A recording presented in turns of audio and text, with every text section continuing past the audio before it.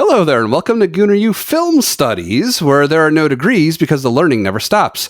I'm Dove, a TA here at Gooner U, although this is a class that I maybe have a little more authority in. And my friend Keith is our stalwart distinguished professor of Arsenal and football studies.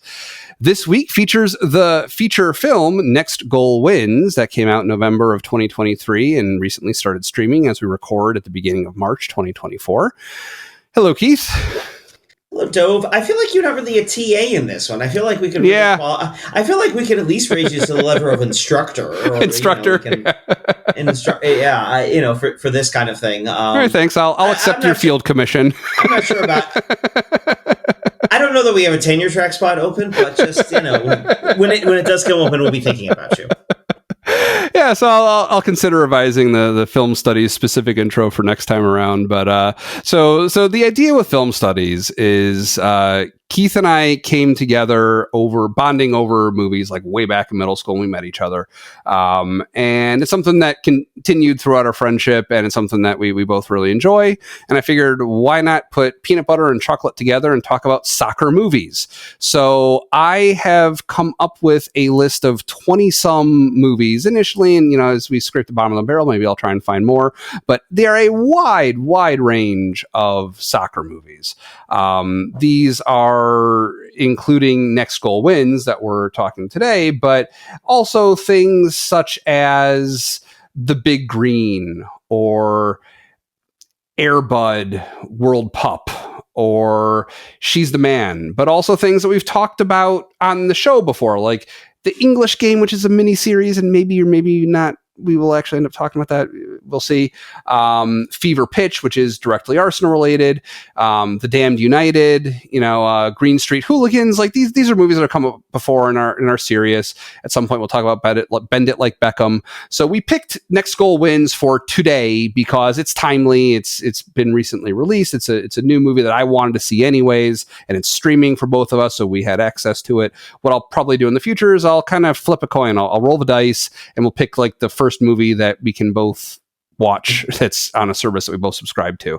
So for this week, it's Next Goal Wins. So Keith, what did you know about this movie going in? What did you know before you clicked play? Not too much. I remember seeing the story pop out. They're talking about the movie coming out. I can't say I could. I knew there was a team that in World Cup qualifying that had lost like 30-something to nothing. I couldn't have told you it was American Samoa. Okay. Which apparently, probably the most interesting thing I learned watching the movie was apparently it's pronounced Samoa as opposed to Samoa. Sure. So I guess that we've gotten the accent on the wrong syllable the whole time. Right. All right. But there are bits and pieces that I was relatively familiar with. Yeah, I can't say it was. I didn't know a lot of the details, so it was interesting to sort of see that play out. Yeah. For me, basically I saw a trailer for it before some other movie last year, probably The Marvels, I think. I haven't seen too many movies in the theater recently. I saw a soccer movie, Taika Waititi, and that was enough for me. Like I love Thor Ragnarok is one of my favorite Marvel movies. Jojo Rabbit is one of my favorite movies. That was really, really good. So I'm a fan of Taika Waititi's other stuff. So I was curious to see. Of course, I think his performance in this is probably one of my least favorite things about this movie. It was super weird and awkward, and I don't quite get it. But anyways, so do you have any opening thoughts on the movie before we kind of go through the plot and talk about some of the details and stuff? Yeah, so apparently it is based on a documentary called Next Goal Wins, which, having watched this, I'm actually far more curious about the documentary part, kind of version of the story, than I was this fictionalized version of it. Right. I don't have questions per se, but I'll defer. We'll get into some of the story aspects to you, who has a bit more of a background in this sort of thing than I do. There were weaknesses I saw in the story overall, but we have plenty of time to talk about all that. All right. So yeah, I mean, for me, it was It was enjoyable. There was a bunch of laughs, which I looked at Taika Waititi for. Like, whatever story he's telling, it's always done with a light touch and makes it really enjoyable, even when it's something as serious as like covering Hitler and Nazi Germany. Like, Jojo Rabbit is still like really funny. Like, he does well with incorporating humor into whatever his topic is. So I'm going to blow the spoiler horn, and we will begin talking about the movie proper. So if you haven't seen it and you want to pause and come back, please do. That's a good idea. We're not going to talk anymore about Sheffield or anything, so feel free to go to Hulu and come back when you're ready. We'll be here waiting for you. We won't hold our breath.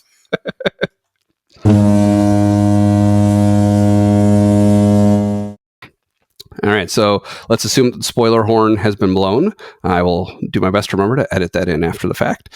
We at least gave verbal warning. So the movie starts with this opening by Taika Waititi it was that, and then the montage, right? So he's like in these Samoan like priest robes and this massive like handlebar mustache and his teeth. I don't know what he did with his teeth. And he's like one of the people in this movie who, as far as I know, is not based on any one person in particular. He just crafted a strange character for himself to be in the beginning, a brief part in the middle, and then at the end, like in a post-credit scene. It was kind of weird, but our tale of woe that he's going to talk about, like whoa.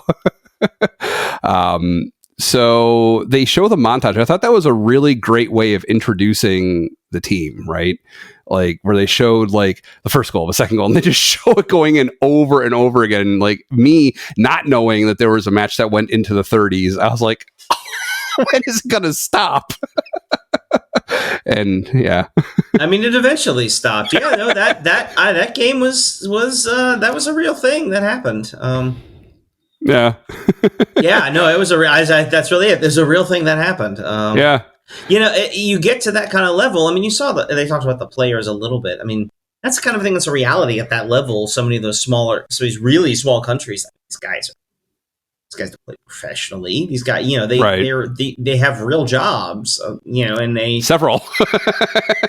Several as the joke was. But like they don't train, they don't practice, they barely play. Like American Samoa plays like a couple of games every 2 or 3 years. Mm-hmm. Like, they just don't play ever. So yeah, why? And then you're going to play a team like Australia, which is full of professional players, some of whom play in Europe. I mean, not just in Australia regionally, but in Europe as well. Yeah. It gets ugly. That's why Australia is not in Oceania anymore. Okay. Part of why they've moved to Asia, which is a much more competitive region, obviously. Yeah. That makes sense. So that's why they did that. Not that game in particular. But like in general, just to put them in their league, so to speak. Yeah, that, and you know, at the time and up until this the upcoming World Cup, Oceania gets half a spot, so they don't get. You only get half a spot in the sense that you had to go to a playoff, and Australia had fallen at that hurdle a couple of times. I think it was 2006 was when they finally qualified. Like, they finally got through again, and I think after that was when they officially left. I'm trying to remember the timeline to say, but yeah, I mean, they were trying to get out because Asia gets automatic spots. You know, the top four, they get like 4 or 5 spots, and so they have qualified since fairly regularly since joining the AFC. So they're pretty. You know, Australia is a solid team. Which we can't really say about American Samoa or frankly most of the teams in Oceania. Right. So yeah, so from there, we see their match. I don't know what kind of match that was supposed to be that they were showing, where they were humiliated and were introduced to Tavita, who runs the FAS, he calls it, the Football Federation of American Samoa, and he he gets boobs drawn on his face. Like he warned them what happened if they lose or don't score a goal. I don't remember what what exactly was the criterion, but we see the ace give like the most soft-spoken, completely useless, pointless pep talk ever, where he's like, oh, well, just go back and play, no big deal. Like, so we see we see what it's like there, right? And then we go to some kind of boardroom for the U.S. Soccer Federation or whatever that was, and we see Thomas Rongen getting fired. That was a pretty funny scene. Yeah, so Thomas Rongen is I mean, he's a guy who's been around U.S. soccer a bit, and they talk about being fired from a lot of his jobs. Like, really? Like, I mean, there were some things he had been around Major League Soccer at the time. Before that, he was the coach. He had recently been fired from the U.S. under-20 national team. Right. And he had struggled a bit and had been fired previously, but that, as they say, coaches are hired to be fired. Like, most of them will be fired. Most of them have several firings on their resume. It's rarely a job you retire from. It's a job you hold until you stop winning, and then you're fired. And a lot of them kind of rotate through, a lot of different places. But, the idea, I don't know much about him. Like, was he particularly a hot-headed guy or anything like that? But I do know that'd be something I'd be curious for the documentary. But like, yeah, like the idea that it's just like massive failures. Like, really? Yeah, I read about it a little bit after I finished watching, because I was curious and wanted to answer some of those questions. And it seems like he'd had a fine career and things went off the rails 2 years before the events depicted, for reasons that become clear as, the movie draws to a close and we find out what went wrong in his life, that caused him to lose focus and not perform well, because understandably he was grieving, right? Yeah. But that's what it seemed like, is like he'd had a fine career. The last 2 years have been really rough on him, but that's not, none of that comes across in this scene though. Yeah. Although what I'll also throw in there is, I guess we're doing spoilers here. So the personal tragedy he goes through is the death of his daughter, right, which was 2004. He's not appointed to head the U.S. U20 team until 2006, and then leads them to 2 U20 World Cups, which is pretty good. Okay. And then it was the third cycle through that they failed to qualify, so that's when he was fired. So they're really like they sort of. I can't speak to the man personally. I don't know. I've never met him, obviously, but I don't know enough about his standing within U.S. soccer. They sort of depict him as a. This kind of hot-headed guy who's failed at a whole bunch of places, and again, it's his Wikipedia page, but you look at his record, like, I don't see. He was the first. He coached the Tampa Bay Mutiny in the opening season in the MLS, and won Coach of the Year. Was a team called the Mutiny. The Tampa Bay Mutiny. That's right. Yes. Ooh, I would not want to be the captain of the Mutiny. That's an yes, I know. Yeah, that was one of the more interesting. I mean, the early MLS names were pretty weird, but that was one of them. He was. I mean, they won. If I'm right. Yeah, they won at the time. There was no Supporters Shield, the best record, but Tampa Bay had the best record that season. They did not end up winning the cup, and then they folded in, I think, 2001. Them and a team called the Miami Fusion. Yeah. Right. But again, he was a coach. He'd been fired a bunch of times. Right. They all have. They all have. Yeah, so they send him to Samoa. They say that, or American Samoa, because it is made clear in this movie that there is a Samoa that is not American Samoa. It's a separate country. Who ends up beating them later. American Samoa is not a country. It is a territory of the United States. True. Right. Yeah, that whole scene where where he's being fired. Okay, like, fine, you're being fired. That happens.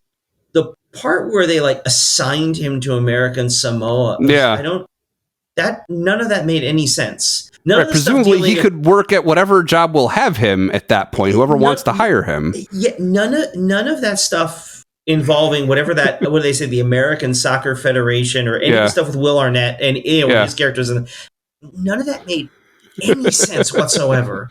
Yeah. It seemed weird to me, and especially like they're different federations. Yes. Like I could see if American Samoa played in CONCACAF, I could see maybe they're just calling it the American Soccer Federation just so we don't have to explain CONCACAF, and it would be a shorthand for the same thing. But yeah, it really seems like it has no bearing on anything at all other than that they're a U.S. territory. So maybe for that reason, they might potentially have some role in what goes on there. But except they don't. I mean, Puerto Rico has a national team. Right.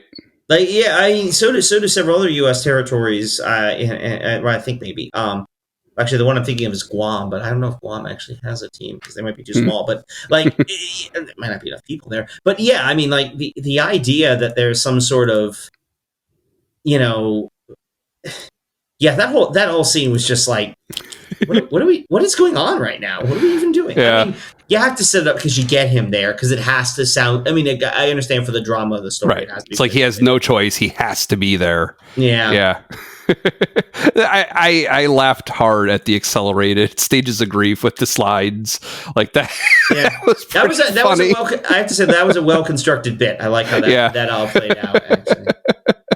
But yeah, so we move on from there. He gets off the plane. He's interviewed by the show. Who's on the plane? Which is delightful, just like really funny.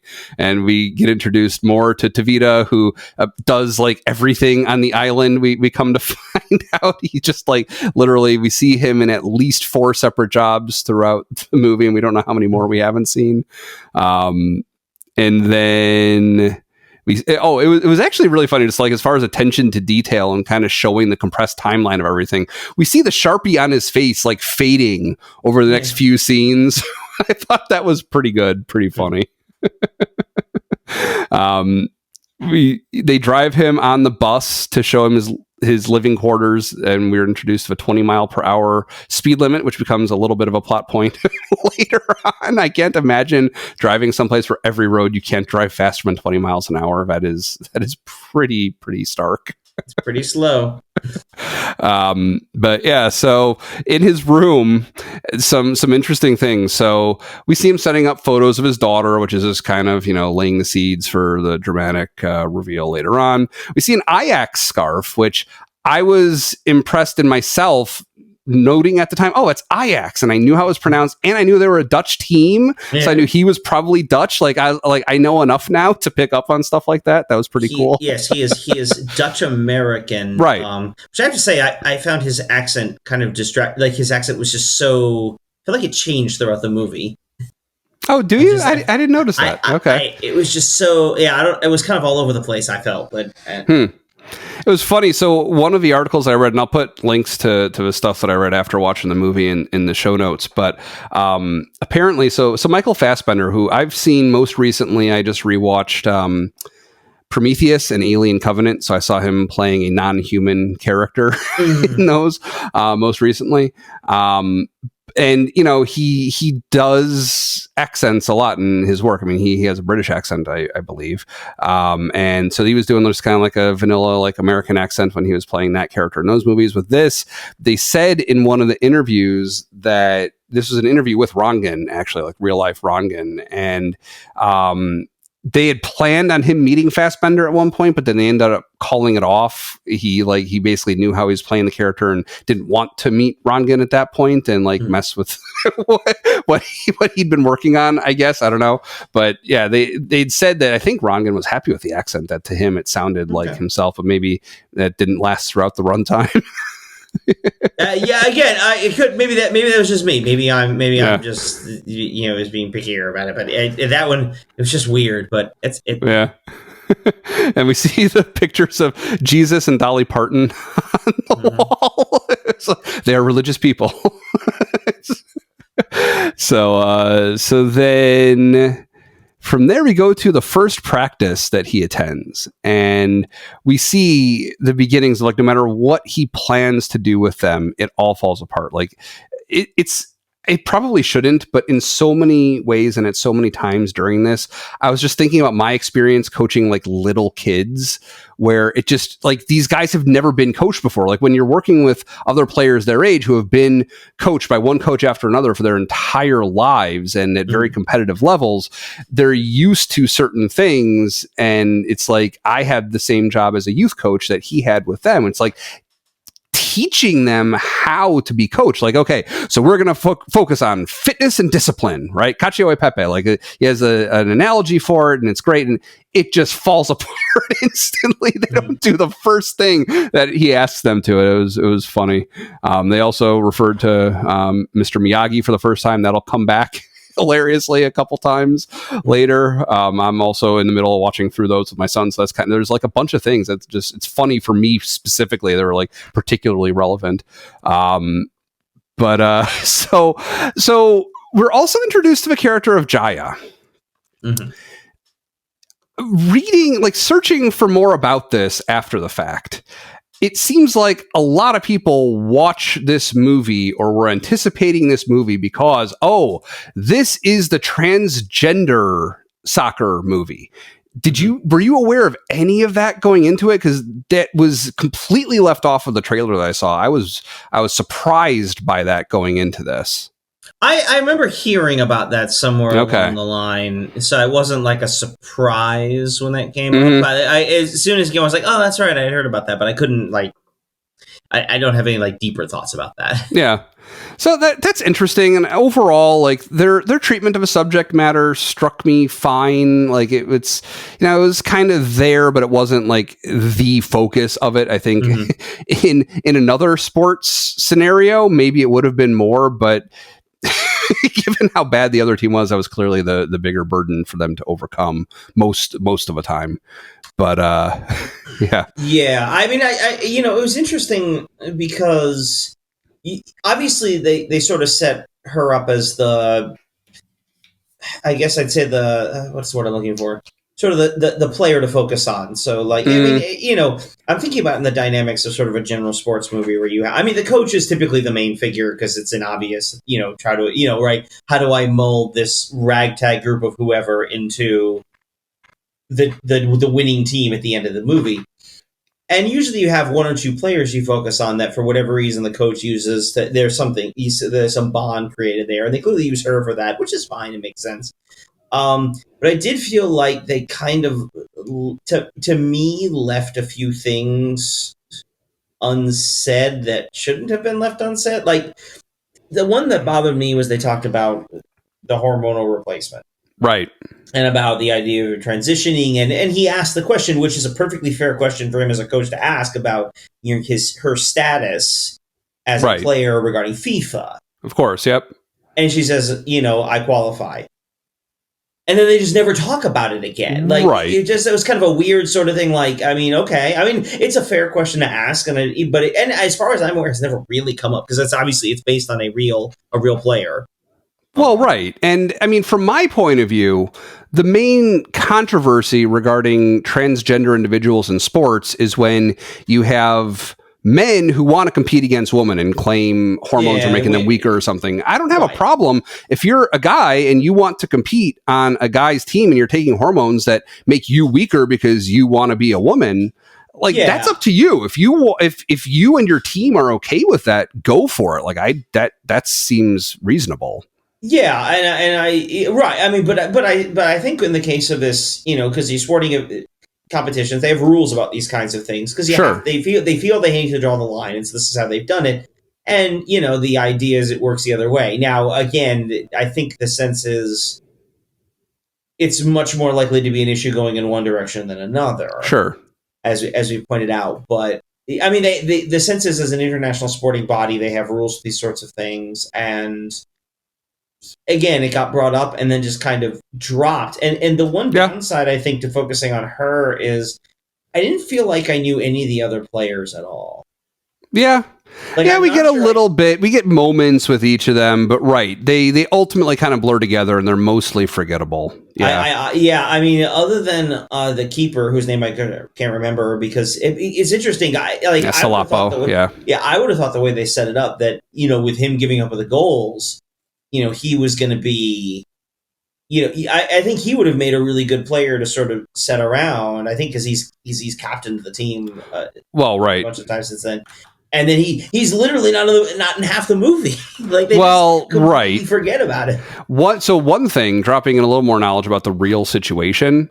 So apparently that match where they lost 31-0, the lead up to that, the key thing that they didn't mention at all in this movie is the reason they lost so severely is that they had their entire roster, except their keeper, disqualified because of passport issues.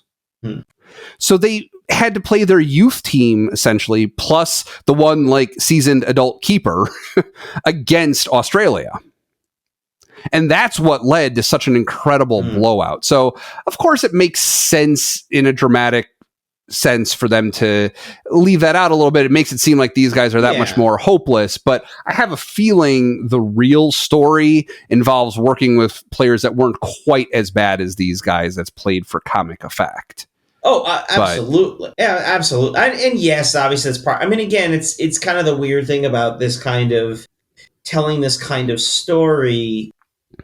It's and that doesn't bother me in terms of skipping something because I mean the game happened but they almost turn the players into like say what you will about our point of comparison early intro into all this was of course Ted Lasso, right? And of course they're talking about Richmond, who was awful. But they're awful professionals. They were. They're Premier League awful. Yeah, they were clearly competent professionals who just didn't work well together as a team, and obviously had some, tactical deficiencies and talent. Obviously, it turns out hidden talent because that's how the sports movie works. But these guys just.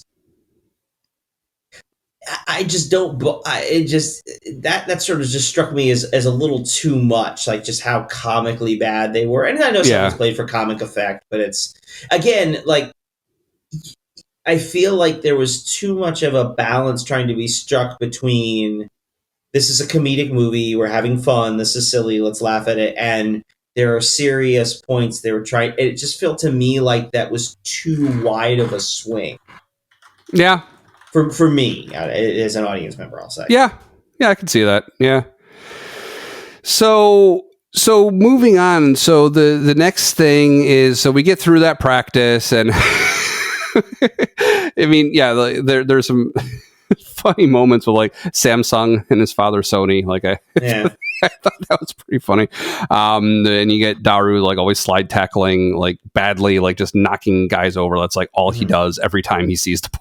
It's pretty funny. But so Rangan goes back to his room after that. We hear the first voicemail from the daughter, which I thought that was well done, the way that they handled that. Where you think, he's the overworking parent who doesn't have time to return his daughter's calls, right? But then before it's revealed what happened to her, he is on the phone with his estranged wife. That does happen. He does take time to call those around him. So it's not entirely, we're not entirely blindsided when we find out that's what's going on. That's why they keep on calling them saved voicemails, which, maybe we think it's just old cell phone technology and that's what they call them. But no, that is relevant. They're saved voicemails because he held on to them. So then he's sitting on the beach, and Tavita's wife, with her face well obscured, is going around collecting tin cans. And this is the first instance of her giving him a speech that he will regurgitate to the team later on. And that's one recurring motif in this is just he's really bad at speeches. He just does not say things that make sense to his team. He doesn't have any original ideas. It's always either something that's kind of given to him intentionally to say to them, or that he hears Al Pacino saying, or when he does make something up, it's completely wrong. Well, we know Rome was built in a day. Where did that come from? It's the opposite. And you're trying to get this team to whip into shape in 3 weeks. And no, Rome wasn't built in a day, and they know that. Yeah. So yeah, like at the next practice, we have like we're starting to. It's like the first training montage, right? We see like all the exercises he's putting them through. Working 9 to 5 by Dolly Parton is playing because I guess Jesus and Dolly Parton, right? I guess that's what they like there. Trying to see if they can last 90 minutes at the third practice. Like they never show the result of that. He says multiple times, like, all right, we got to see, can you guys last 90 minutes? Well, presumably they have to some degree. Like they've had, like we saw them at the very beginning playing a match. It's just a matter of like not doing well after 90 minutes. He needs to be conditioning them. But so then we have the scene that begins with him singing along to Chandelier by Sia, which it's funny. It's listed as an IMDb goof that song comes out in 2014 and the movie's taking place in 2011. But so he's singing along to that, driving like 50, 60 miles an hour. He gets pulled over. And this scene reminded me of the Mighty Ducks, where like we find the kid who can do like the really hard, accurate slap shot. So we find like this cop just like casually kicks a can off of a sign, drops into the trash, and we've got someone new for the team. We've got a midfielder for the team. So it's one of those sports movie moments. Yeah. He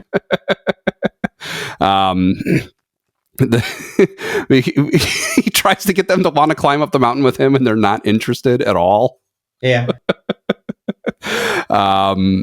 He's trying to relate to them, like talking about, well, we have to do it because imperialists, it's the oldest trick in the book. That's how the imperialists work. Like, I don't get, it's like he's grasping for some kind of strategy and he's just completely lost, I guess. I mean, I think that is the setup, right? That he doesn't, and I think you do make a good point, right? That he doesn't, every speech he tries to give them is something he's heard from somewhere else. He doesn't, it's only obviously until the end, you know, when at halftime where he gives them the personal, where he gives them their personal story, that they actually, the whole idea is he's coming to his humanity.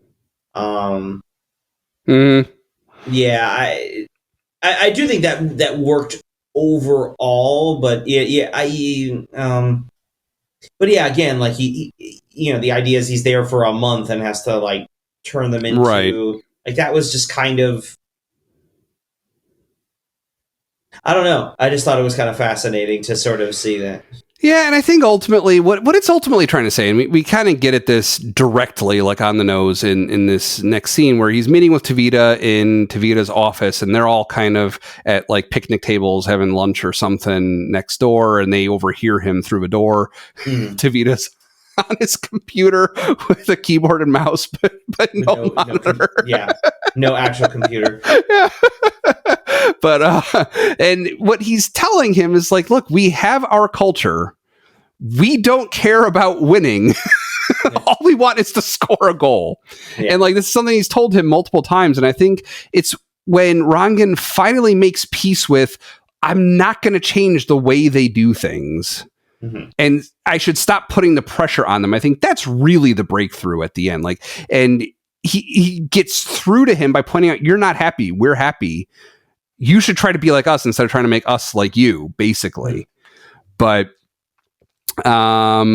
so yeah, again, like reminding me of like the 8-year-olds, like they don't know what a formation is. And it was kind of funny. Like, well, if only we had a coach to teach us what formations are, that make some statement like that. That was pretty funny. Again, that's kind of one of those, like, these guys have watched soccer before. Like, they know what. But you wonder how much they have. Like, you wonder what's carried on their TV there. Like, they've obviously seen some. Yeah. But it does lead you to wonder exactly how much they have. I mean, I if you told me they showed up and like a coach says, "Hey, do this drill," right? I mean, again, if you've done enough practices, you kind of know what the drills are. But like, I could see that part. Didn't shock me. Do this drill. What is that? What drill is he talking about? But like, what's a formation? Yeah, that one again sort of struck me a little. Again, the little things that kind of. Yeah. And again, it's weird because again, like I can buy that in a kids movie. Right. Like, because that's kind of the point. You're actually teaching. That's what I said. It reminded me of teaching like 7 and 8-year-olds. Like, it's. But exactly. But like, again, when you're talking about the adults, and this isn't like, because you'll see the fish out of water story of like, all right, how do I teach soccer to like Americans who obviously don't know the sport?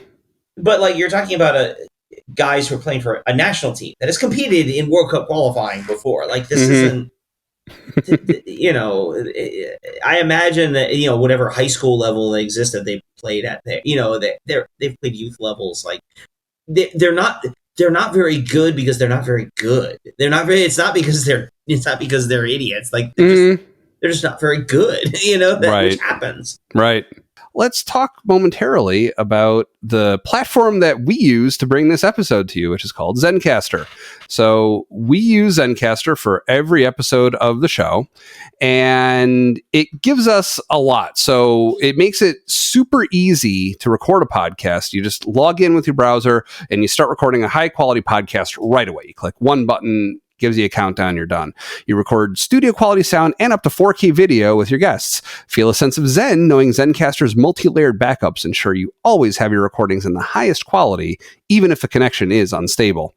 It's an all-in-one solution, so if you've thought about podcasting before and gave up thinking you needed a lot of different tools and services, those days are over. With Zencastr's all-in-one podcasting platform, you can create your podcast all in one place and then distribute to Spotify, Apple, and other major destinations.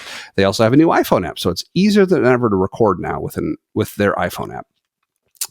If that sounds good to you and you want to start your passion project, go to zencastr.com/pricing and use our code Gooner and you'll get 30% off your first month of any Zencastr paid plan. There is no final E in Zencastr, so Zencastr. I want you to have the same easy experience as we do for all our podcasting and content needs. It's time for you to share your story. So it's during this next session. So Jaya comes to his house and just kind of buries the hatchet with him, and they have a long talk. And this is when we're really introduced to Nikki Salapu. So this is the keeper from that 31-0 blowout, right? And she mentions that actually he did really well. He was the best player on the pitch for that match. He let 31 in, but he had blocked another 60 in that match, which is just the numbers, like 90 shots on goal. It's an average of 1 per minute. That's just like, oh my God. But which I don't know if that was the actual number, but I think the general point is, you're right. And that is a good point. I mean, we've talked about a lot of times, right? The things you see, and actually I meant to mention, I read this piece, The Athletic did a tactical piece this last week talking about, slip the Arsenal in here. Like Arteta had made some comment last week about like Raya makes the plays that you don't see. And so there's something to that, right? That we see the obvious things and we sometimes miss, as fans, we sometimes miss the things that its coaches or others see. And again, obviously we would see saves, but right, it's easy to be critical. If you give him 31 goals, but he saved a whole bunch more. It could have been a whole lot worse. Yeah, exactly. So they try to recruit him, and again, he's just so bad at speeches. And this guy's not convinced. I mean, they show him though, and like you can see, like, oh, this guy looks like he could be a professional goalkeeper. He's like huge. He's built, like it looks like we need him on this team, and he can't close the deal, or so he thinks. So then, again, he's bad at speeches. He goes back and he says that he doesn't apologize, and he won't apologize for that. He's sorry. He won't apologize for that. It's one of those. We get our longest montage, I think, of the movie at this point. He introduces a whiteboard to them, and the whiteboard starts looking like it's getting really, really cluttered. He finds another player who is slinging tuna, who I missed actually the first time I watched through the movie. It was when I was watching at an accelerated pace to take notes that I noticed it. Like, it was just so quick. He finds out that he's using a Sharpie on the whiteboard. They show them all icing their legs in kiddie pools. They have the ice set up. An ice bath. Yeah, that was interesting. He copies another speech that somebody gave him. They find this. This shouldn't have been as funny as it was, but he finds another player at the food truck. We see him like handling the ball with his foot, like in an amazing way, like he's doing with a soccer ball, like the way you cradle a ball with a lacrosse stick. Really amazing ball handling. And then he walks around the foot truck and gets hit by a bus. And I don't know how many times, like, we talk about this in my jobs, like, as far as disaster recovery and like business continuity and like, you know, making sure things are documented instead of only living in your head. Like, well, what if you get hit by a bus and like you don't see? What if he gets hit by a bus? Yeah, you don't see someone. It was just like, he's so happy. I won't let you down, coach. Bam. Yeah. So you know, we go. He tries one more time to get them to make it up the mountain, but they don't, and they practice more. So now this takes us up to 2 days before the qualifier. They make it up the mountain, and Rongen collapses. I guess he was dehydrated, was my guess. Yeah, well, they said the altitude. Oh, I missed that. Okay. They mentioned the altitude. He makes some comment about the altitude. Like the air thinner or something. Yeah. Okay. So... he's also probably dehydrated because they depict him like drinking constantly. Which, well, yeah, okay, sure. As someone who doesn't drink, I wouldn't think of that.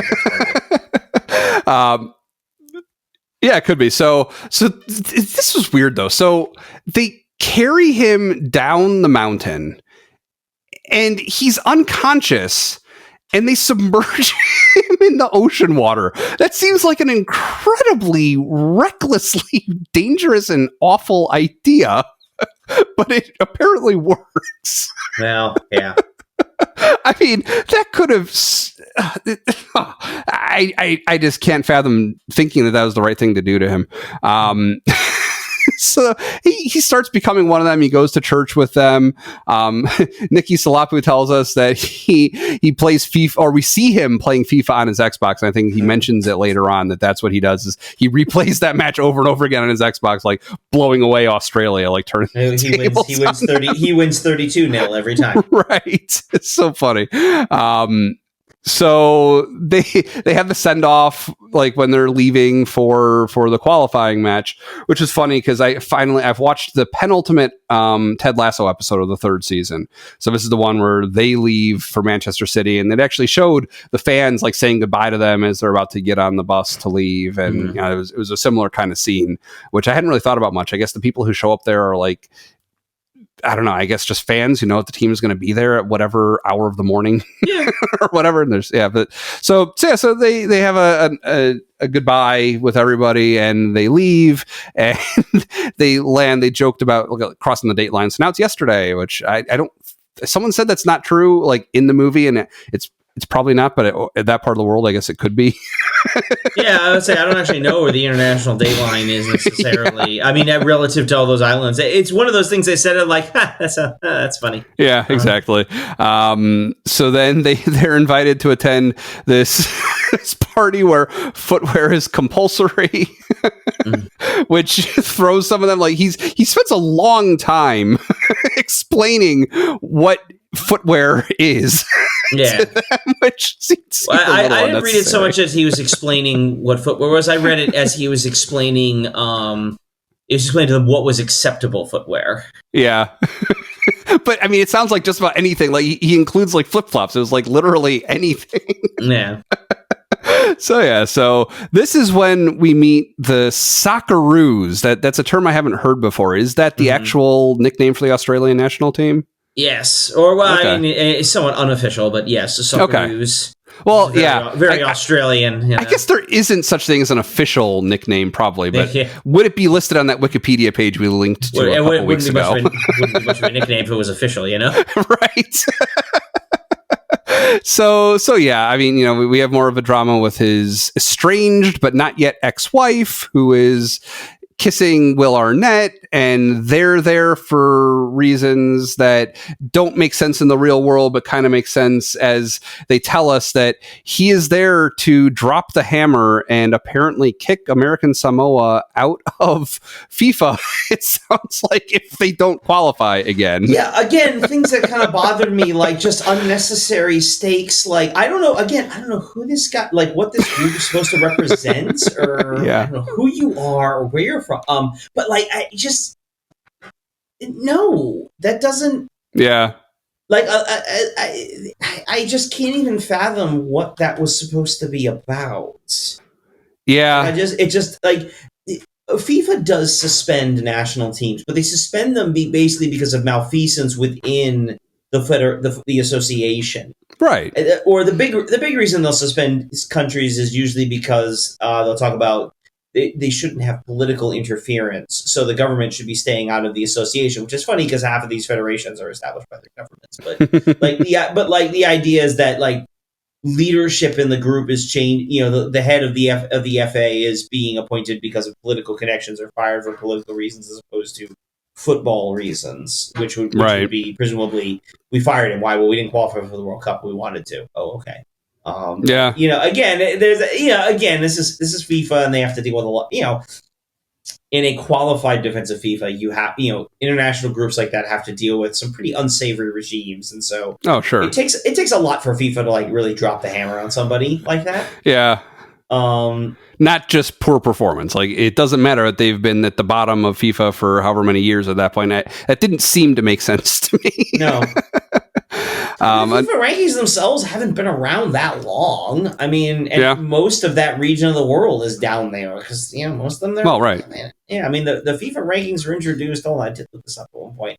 They were first introduced in 1992, so they're not that old. I mean, a team that ranked at the bottom. I mean, so what? Like, yeah. I mean, if you are a sovereign nation, and frankly, even if you're not, as we've seen in some instances, I mean, they will. You put a team together, you get an FA together, and FIFA says, sure, you just pay your membership dues, and they're not right. Exactly. Yeah.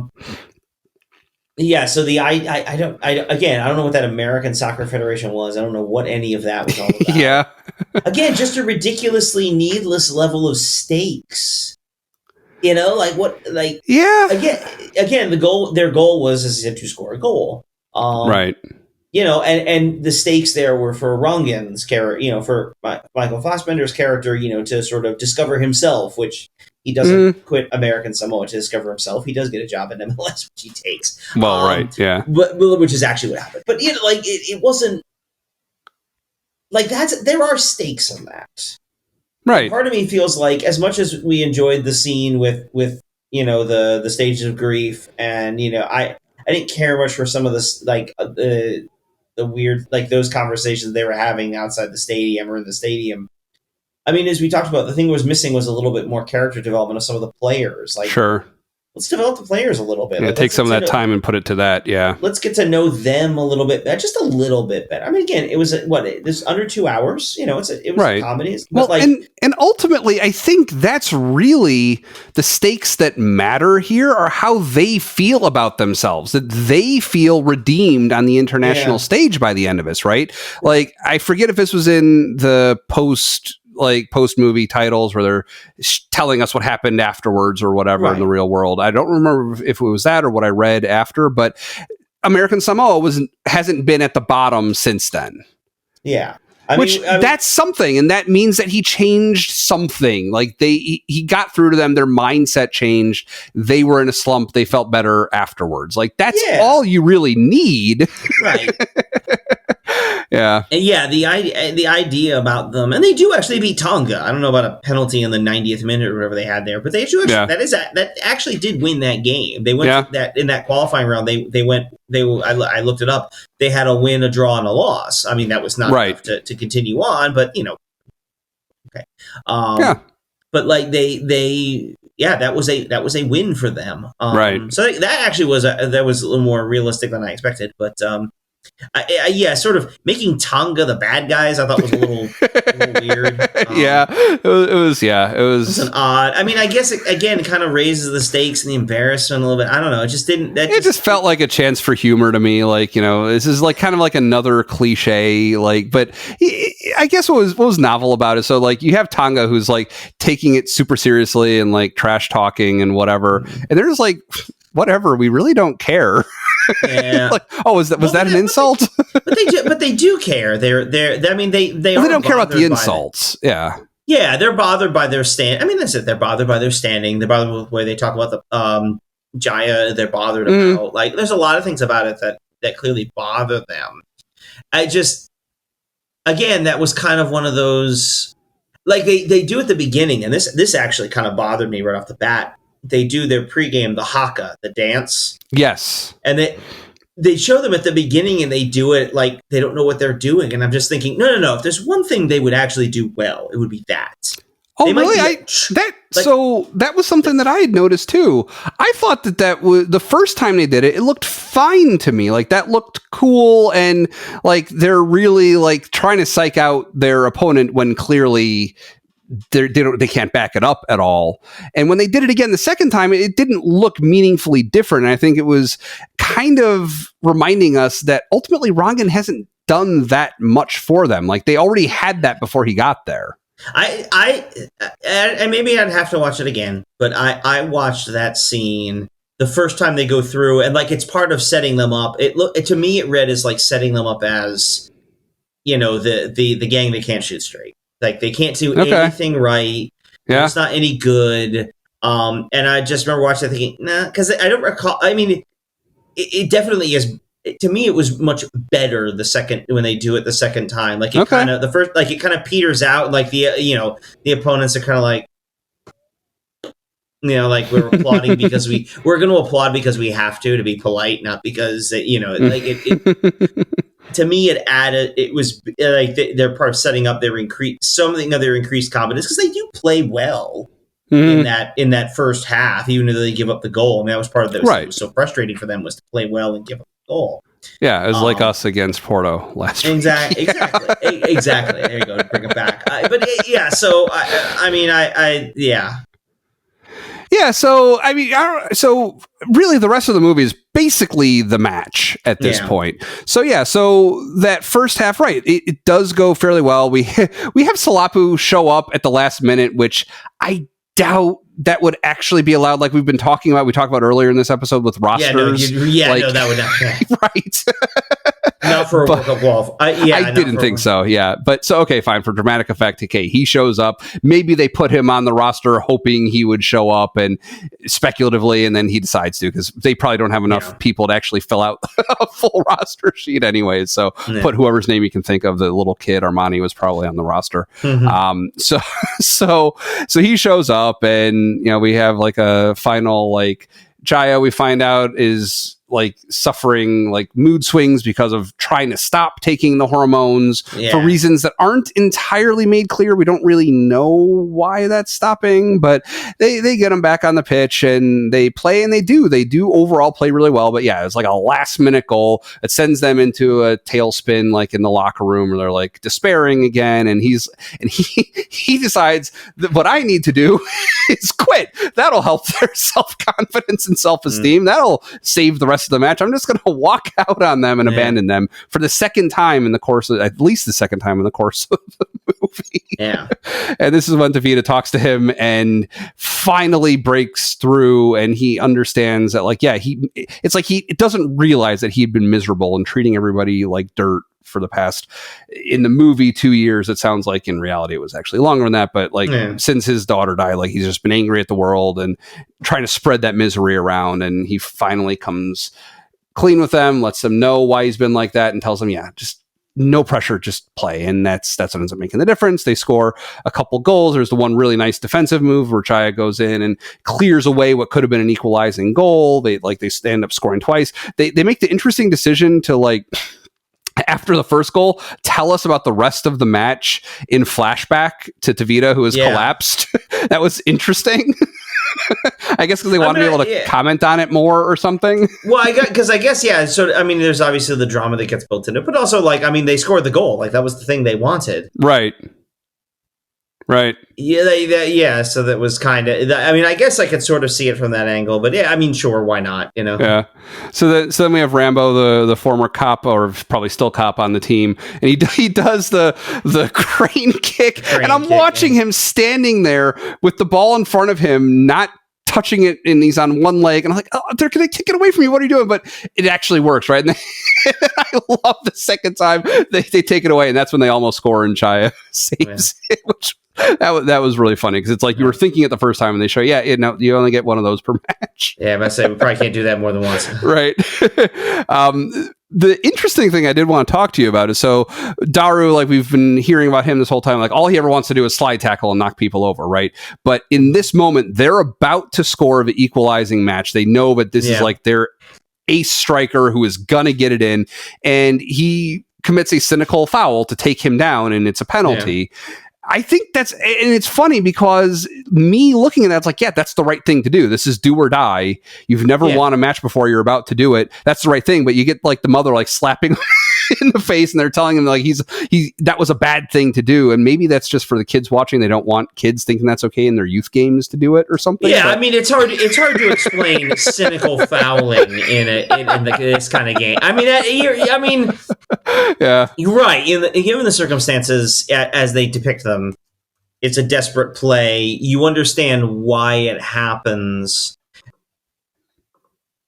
I mean, you don't. Yeah, I mean, you could argue it's still not a good idea because you don't want to give up the penalty. You almost want to put yourself in a position where you trust your keeper, to make a play in the run of play, as opposed because again, even if he's coming in at an angle that's better for the keeper than if he's on the penalty spot, which is probably the easiest place to score from.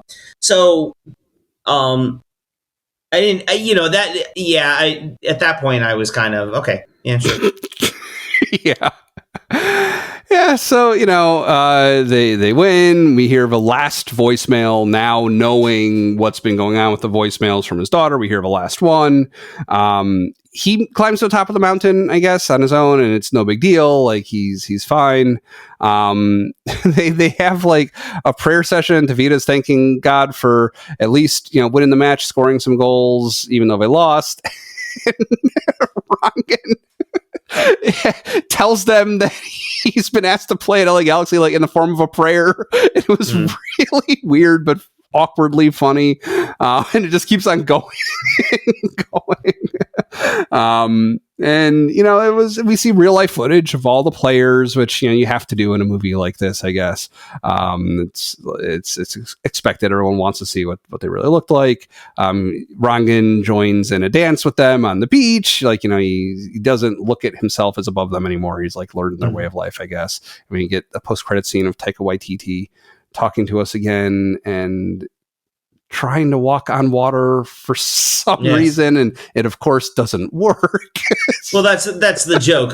You would believe you can do anything. Go, nope, actually you can't. No, you can't do that. But it's like, no, this wasn't the Miracle on Ice. Like, they didn't do something that was impossible. They achieved possible goals. Like, if your only goal is to score once, that's reasonable. It's feasible. It's like if Rocky just wanted to like start the match with Apollo Creed, right? Like, not going the distance, just like finishing the first round. It's not even like finishing the first round. It's like making it to like landing one punch in Apollo Creed. Like, it's pretty doable.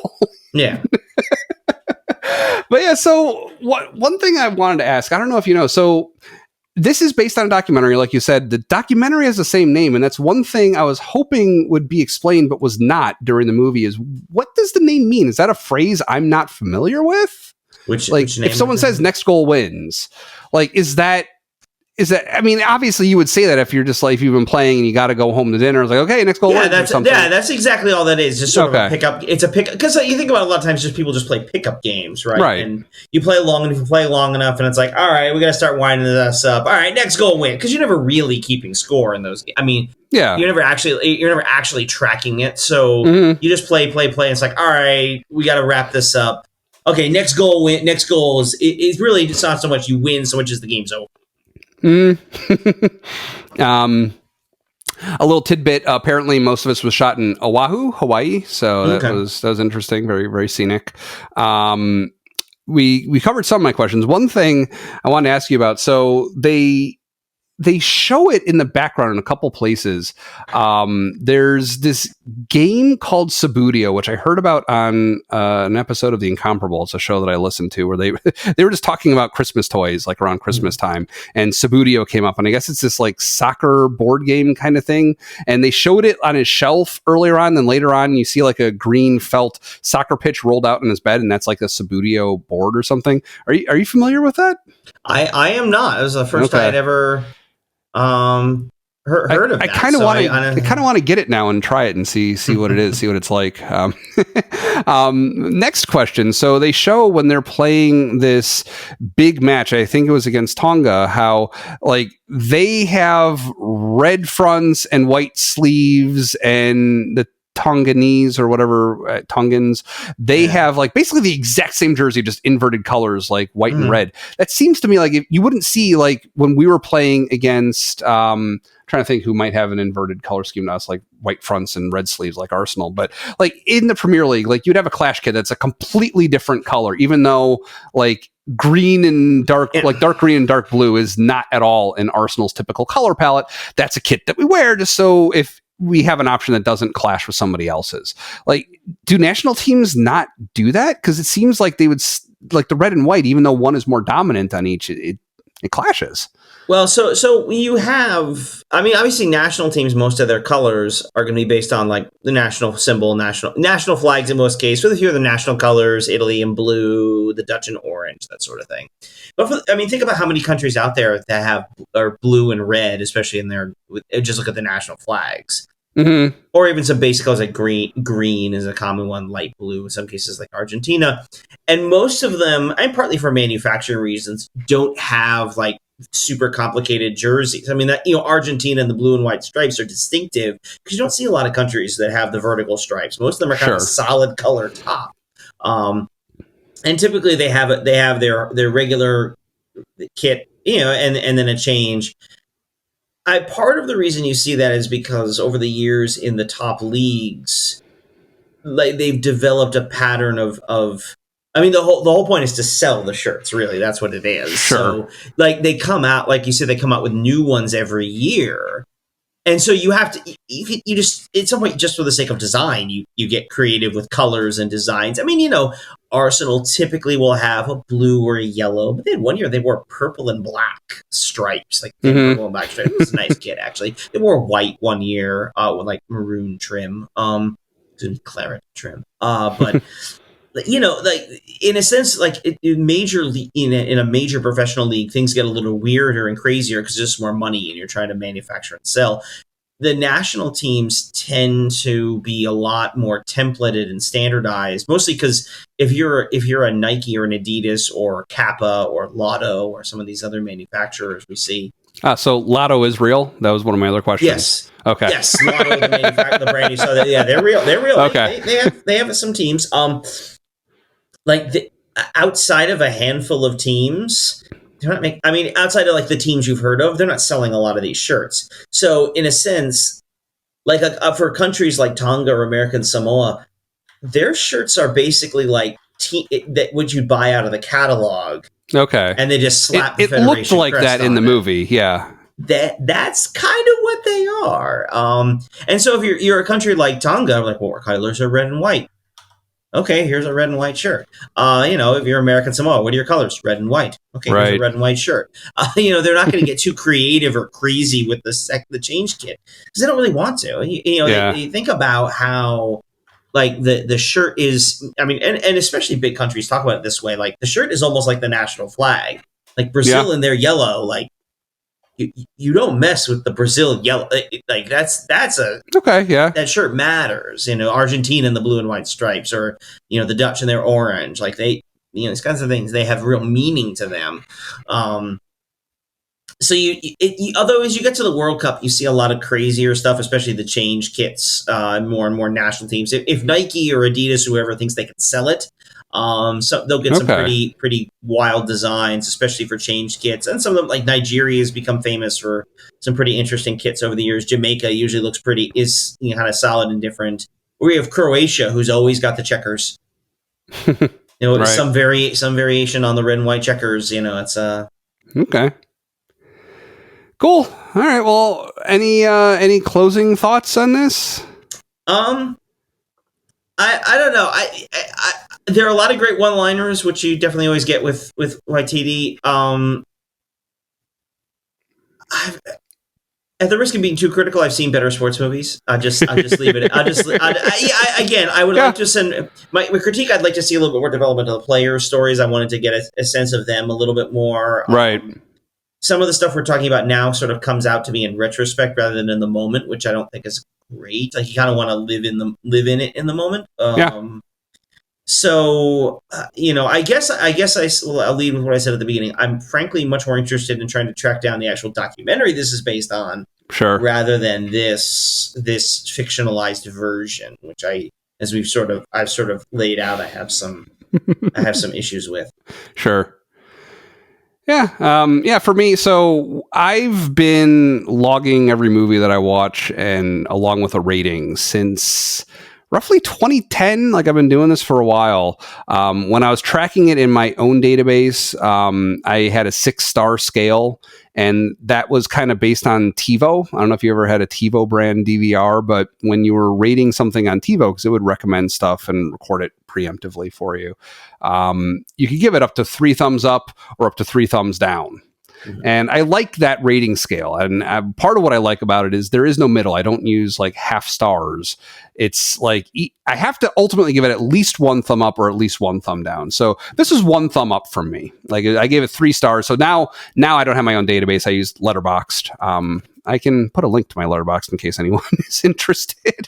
You can find me on there. Follow me. I watch movies frequently. A lot of them are movies that my son is into, but he's into fairly adult movies a lot of the time. So it's not just like kids movies all the time with him. But so like adapting my 6-star scale to Letterboxd, which only has 5 stars, I basically chopped off a star. Like, I don't know if I've ever watched a movie that I would give 3 thumbs down to. Like, I wouldn't make it to the end, and I wouldn't even rate it at that point. And I guess if somehow I did, I would give it like half a star or something, and to note that. But anyways, so I liked it. I didn't love it. It's not my favorite Taika Waititi movie. Although like Thor Ragnarok, it does have a Hemsworth. It has a Lesser Hemsworth. Luke showed up as one of the Socceroos with the tattoo on his belly. But yeah, so. I guess overall let me ask you this. If you're talking to somebody who likes soccer and asks you, should they see this? Would you say yes or no? I mean, if you have a free afternoon, I wouldn't tell someone to go out of their way to find it. If it lands in your lap. Yeah. I wouldn't. There were. I mean, I don't want to say that there are worse ways to spend an afternoon, but like, if you had a free afternoon, sure, it's 2 hours. You're not going to regret. You're not going to sit there and go, I'm never getting that time back. Like, it's not bad. I had some issues in it. I said there's some good one-liners. It's sort of an interesting window. I wouldn't come away from the same stuff. Wow, I understand American Samoan culture, but I do sort of look at it and go, okay, I feel like I have a little more sense of like this island, and a little bit. It's like I don't know anything about it other than it's in the South Pacific and it belongs to the United States. So. I didn't know that. Like, if you'd asked me, I would have assumed it was like in the Caribbean somewhere, like adjacent to like Cuba or something. I didn't even know that much going into this movie. So that beginning like infographic where it's like Puerto Rico, but much smaller and much further away. Like, that was actually helpful to me. Yeah. So yeah. All right. Well, thanks for joining us at Gooner U. If you're watching on YouTube, you can also listen to our show on Apple, Spotify, and some other places. If you're only listening, try watching us on YouTube. There's a link in the show notes to take you there. Wherever you watch or listen, please like, subscribe, rate, review, and share the show. And thanks again to our sponsor, Zencastr. You can find them with our special link in the description. Find us on Twitter with a link in the description as well to get updates and ask questions. Again, my name is Dove. You can find me on Twitter at Dove Frankel. With me, as always, is Keith, and you can find him in a pub watching Arsenal matches and maybe sometimes movies. Come on, you Gunners. So if we slice this up, Sheffield was about 20 minutes and the rest was about an hour, about our normal runtime. Should we record another ending and put the Sheffield episode out separately after the fact now that it's done? We can do that right now. I was about to say, I feel like we should, because I realized that we skipped our player of the week / man of the match. Oh, we did. Okay. We skipped that, and then also we didn't really. I only briefly mentioned the upcoming. Okay. So we probably should do. I mean, we can, because I can riff for a little bit on the Brentford, on like with Brentford and all that, what's coming up. Right. And I can kind of vamp a little bit on man of the match, but yeah, I mean, in the end, we'll probably get 30 minutes total out of Sheffield, which is more than Sheffield gave us. So movie end a little while ago, and so all right, so we'll redo the whole ending of that. So we'll start like, okay, so who's your player of the week? Or player? We can say player of the match, but there's only one match in the week. I say player of the match, I think. And then I'll record a new ending for. Well, I guess I can use that ending for the movie. I guess that's fine for Next Goal Wins. Mm-hmm. Also, It Gets Ugly. Was that a title for Sheffield or for the movie? I'm trying to remember. I feel like that was movie related. I think so, probably. I think It's Not My Problem. That was definitely the match. Yeah. So we're going to have Next Goal Wins titles. And then we've got our match titles. And I'll split everything up. I'll make a separate episode entry in here. I'll move my notes over from the movie into here. So, okay. Let me note. So, circle back to Sheffield is going to be right about now. All right, so when I get ready, and we'll do that. Look alive. All right. So as I think about it, I need to record an intro for the movie portion. That's true. Do you need me for that? Well, sort of, because the video. If it weren't for the video, right. I would gladly do it without you. So I'm probably just going to come up with something. So hold on one second.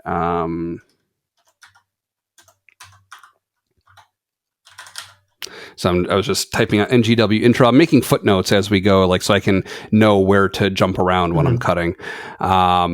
So, all right.